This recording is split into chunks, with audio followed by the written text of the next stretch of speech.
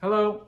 So we're just doing a quick review of Atlanta, episode 5, season 3, episode 5. Cancer Attack is the title, I think. Which, if you watched it, it's just a play on something funny that happens in the episode. This episode was kind of like a breath of fresh air from the usual tone that I don't want to say actually tone is a bad word, but what the subtext usually has for this show. They've been, especially this season, trying to cover a lot of very serious topics, and there's a lot of undertone to what's going on and a lot of things to really read into and think about. And this one is kind of going back to the roots of season 1. I think I watch a more well-known YouTuber, One Mike. He said it best when he did his review of this, that this was kind of going back to the tone of season 1 and 2 a bit, where some of it's really just silly for the sake of being silly, and it's like that's what I mean by like a breath of fresh air, where I felt like for one episode this season I didn't have to pay attention to what was going on in between the words and in between the lines and what moments meant and everything else. It was while there were moments of that, it was much less serious, and even like the whole plot of the episode, it kind of gets tied up in the end in a way that this season really doesn't do. Where this season they usually kind of these open endings for you to think about and wonder what it meant, and there's usually no solution to whatever problem is going on. It's just kind of how it is. And in this one, it's pretty cut and dry, and it leaves something for future episodes where just small. The whole thing's about how Al loses his phone after performance. They go and blame this kid that's at the performance who's actually like just got cancer. And it's a funny moment. Again, it's really silly where it's like then I'm forgetting his name now, but Donald Glover, he's got to go pat down this poor kid who's got cancer, who just had like, they call it a cancer attack, but I think he just ran out of breath. And while he's like in the stretcher, he like goes and pats him down, and it's really funny. And it's like little moments like that you used to see a lot in season 1. And then like Darius is, the whole episode he's talking about how he found this map for this place that they're at, and he's like, we should go explore.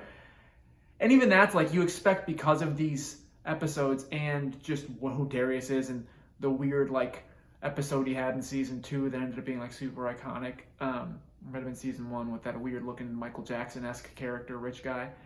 That like they were gonna follow that thread, and eventually Darius was gonna find the solution to whatever problem they were dealing with, and nothing comes of it. They never follow the map. Nothing. It's just Darius being weird and wanting to go explore for no reason.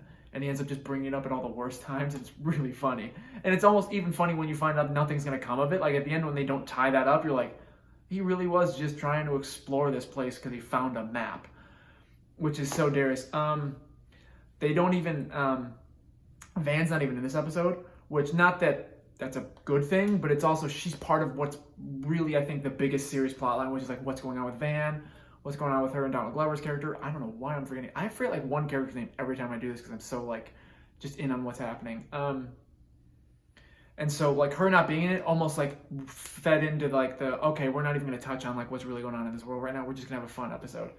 But back to it, they interrogate another kid who jumped on stage right before the performance, and they're like, oh, he seemed weird, let's interrogate him. They do. He seems off. He starts knowing this information that he would only know from the phone.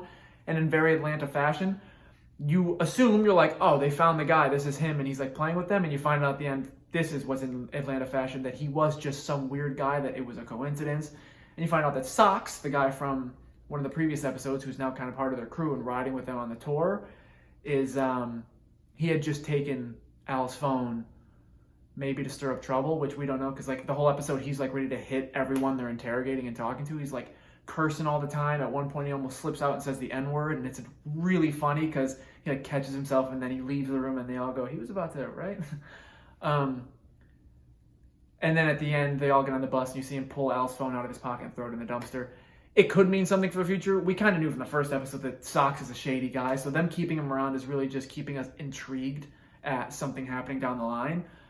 It's Atlanta, so maybe it will, maybe it won't. Maybe he's just going to be that shady character that's a new point of the group, or something's going to blow up with him, or he's just going to, like in one episode, they're just going to like kick him out, and that's going to be that.